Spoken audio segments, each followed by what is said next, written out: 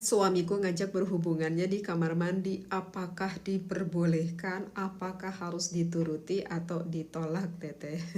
Ini sepertinya suaminya ingin mendapatkan sensasi baru gitu ya. Ada Masya Allah. Baik kakak. Jadi begini ya kakak.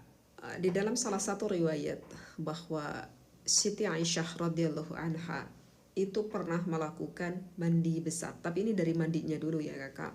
Jadi kuntu aghtasilu ana wa Rasulullah sallallahu alaihi wasallam, diceritakan bahwa Siti Aisyah itu pernah melakukan mandi bareng, mandi besar bersama dengan baginda Nabi Muhammad sallallahu alaihi wasallam min ina'in wahidin, di dalam satu wadah, wa nahnu junubani, dan kedua-duanya maksudnya baginda Nabi Muhammad dan Siti Aisyah berada di dalam keadaan berjunub. Ini hadis riwayat Bukhari Muslim, sehingga Imam Nawawi menjelaskan bahwa kita sebagai pasangan suami istri diperbolehkan melakukan mandi besar. Tapi ini mandi dulu ya kak, melakukan mandi besar bersama ya, enggak ada kemakruhan sama sekali.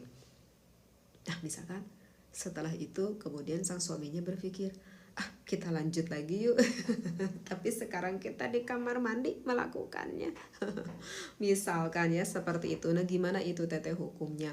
Kalau misalkan dari beberapa pendapat para ulama sih, itu kebanyakan menghukuminya diperbolehkan ya kakak, kita melakukan di kamar mandi, tetapi makruh gitu sana kakak.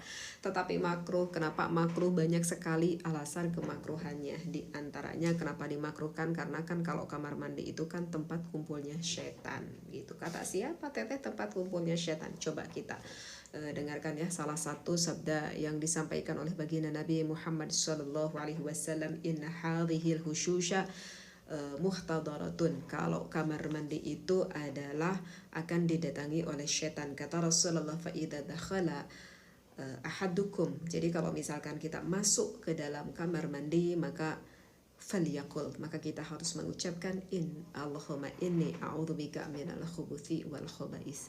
Nah itu kan kata Rasulullah. Jadi kamar mandi itu tempat yang agak kurang baik seperti itu, makanya dimakruhkan, ulama berpendapat.